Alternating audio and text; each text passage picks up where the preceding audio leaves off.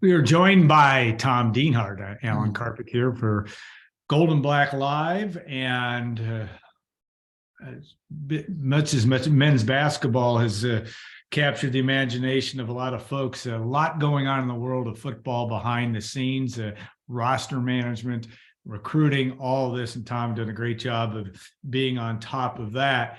Big weekend for Purdue this weekend with Ryan Walters and company for visits, et cetera. Just bring us up to date on what's going on from your perspective and kind of your vibe you're hearing as you talk to some of these guys in the recruiting and portal process.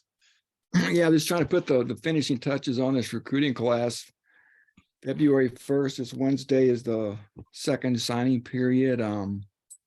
I suspect maybe upwards of 5 players could sign, and maybe a couple more. We'll have to wait and see.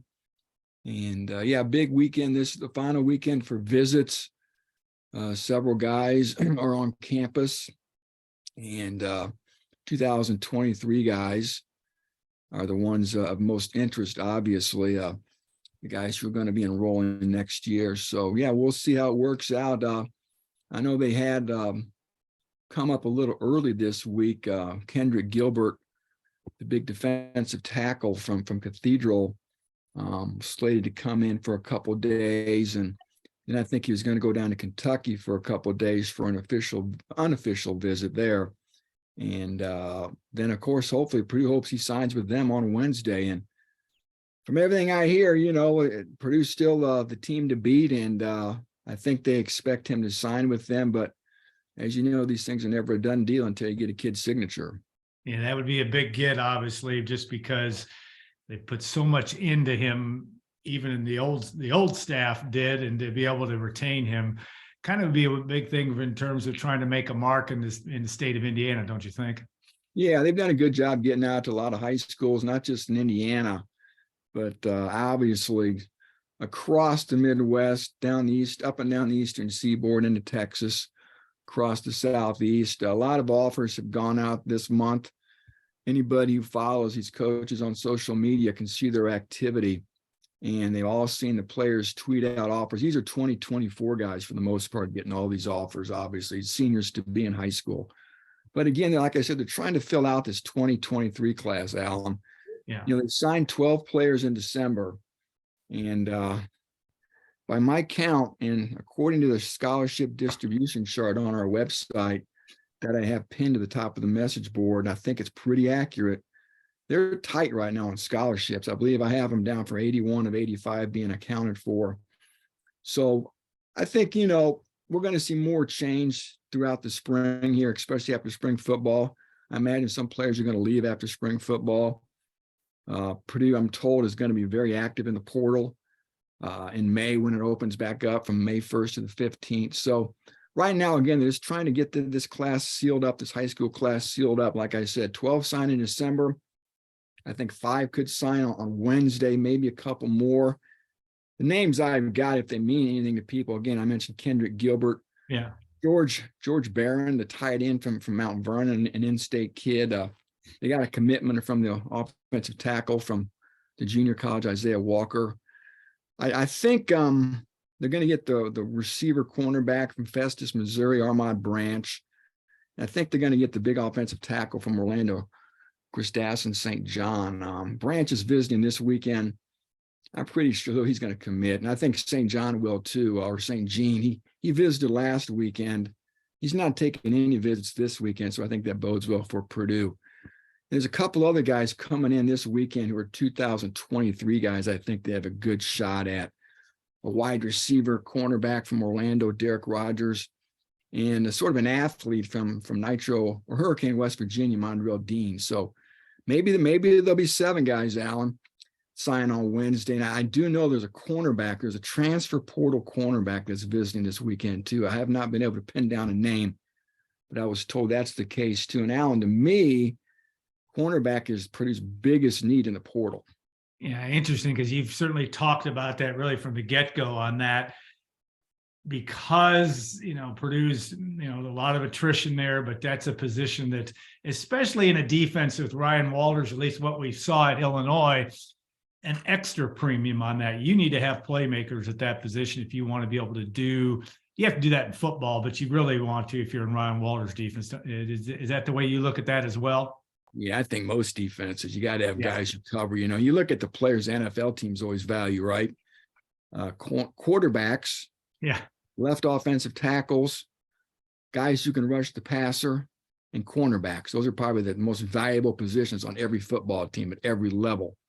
And again, you know, they have Jamari Brown coming back for a 6th year, but after that, Alan, cupboard's pretty bare. I mean, I'm not sure if Brandon Callaway or Javon Grigsby are real starting caliber Big Ten cornerbacks. They're back.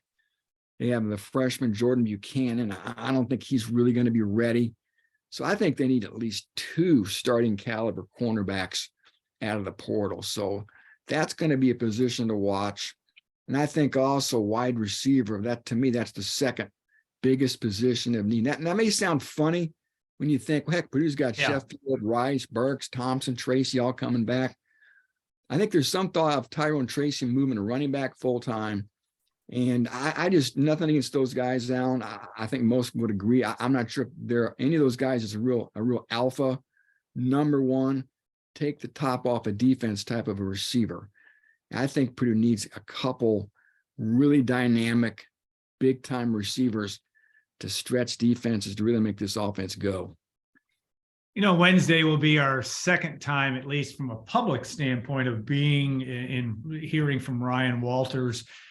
You know, again, the guy's been extremely busy since his day in the sun, and his initial press conference and being announced at Purdue. Just your sense of him, and again, it's maybe a little bit of an unfair question because you haven't had a chance to be face to face with him a great deal, but you certainly are seeing how he's working and what he's prioritizing. What do you expect to see on Wednesday, but also just the chance to be in front of him? What do you hope to glean from him? Well, I mean, he's very personable. You know, he's young, he's vibrant, he's very engaging, and he can connect to anybody and everybody. I think we've already seen glimpses of that. So, yeah, he's built an interesting staff, a very young staff. We talked about that last week, and Right. you know, this last week too, Noah Joseph was hired. Right. He's going to be Purdue's general manager. And Noah Joseph, I think it's going to be a very integral part of this program, a real behind the scenes guy who's got his hand in recruiting, the portal and high school recruiting, helping them organize all that. And he's going to be, I think, involved with NIL as well. And just a general operations guy, chief operating officer, if you will. Think of him as Ryan Walters' right-hand man. Yeah. Noah Joseph came from Missouri, where he was an analyst for Eli Drinkwitz the last couple of years. He's been an on-field coach. He was a co-defensive coordinator at Rutgers with Chris Ash. He's coached at North Texas. Just a good guy. And I think he's going to be real valuable to helping Ryan Walters, you know, keep this program on track. And he's going to have, I think, his hand in every aspect of this program, much like an NFL general manager. Yeah, kind of the way things are going, obviously, in the world of college football, not only from a personnel standpoint, but NIL, et cetera. It's just the way it is. All right, Ryan Walters, as we understand it, will be announced kind of his public coming out in Mackey Arena on Sunday, and one would expect as Purdue takes on Michigan State in what will be obviously a sellout environment for the nation's number 1 ranked team.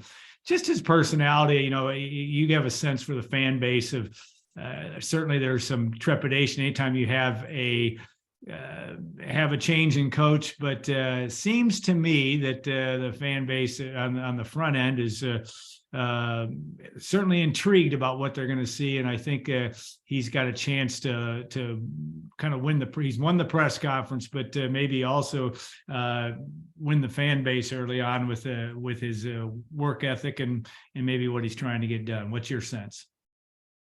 Yeah, I mean, he's probably going to come out and wave. I don't know if he's going to talk or anything, but I'm sure it's going to be thunderous applause. And yeah, okay. The honeymoon is going to run right up to September 2nd, Alan. Yeah. When they kick off against Fresno State. So that's how it should be, right? Every coach wants to get off to a good start, and you need all the help you can get. You want everybody behind you.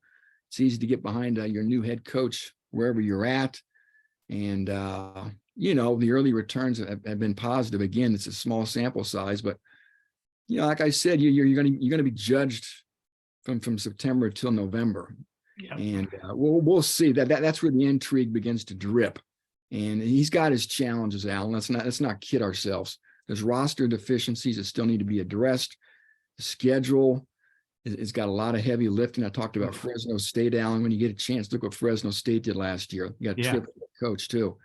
You got Fresno State, you got Syracuse and Virginia Tech. Those are your non-conference games. Michigan and Ohio State are on the schedule this year. I think 4 of the first 5 games are at home, which is it's going to be nice.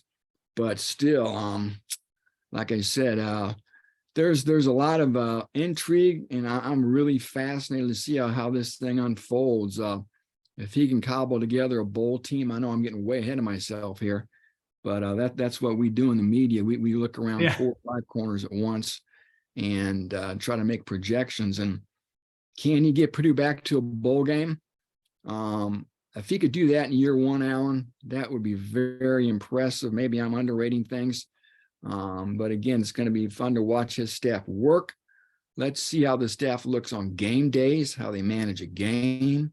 And let's see how they develop this quarterback, Hudson Card, the new face of the program too.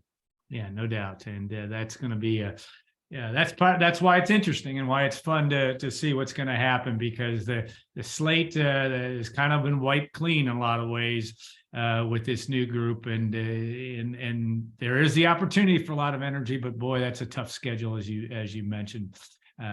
But we'll look forward to more of your coverage as we look at football recruiting and National Signing Day, which will be Wednesday, February 1st. We expect a press conference that afternoon. There'll be more of that as we move forward. So, Tom, thanks again for everything, and we will be back in a couple minutes, joined by Mike Carmen and Brian Newbert. We'll talk some Purdue men's basketball after the Boilermakers win on Thursday night at Michigan, and what will be, as Tom already outlined too, not only Ryan Walters' appearance, but it will be a big night in Mackey Arena, big afternoon, I should say, on Sunday afternoon. So stay tuned. We'll be back in 2 minutes on Golden Black Live.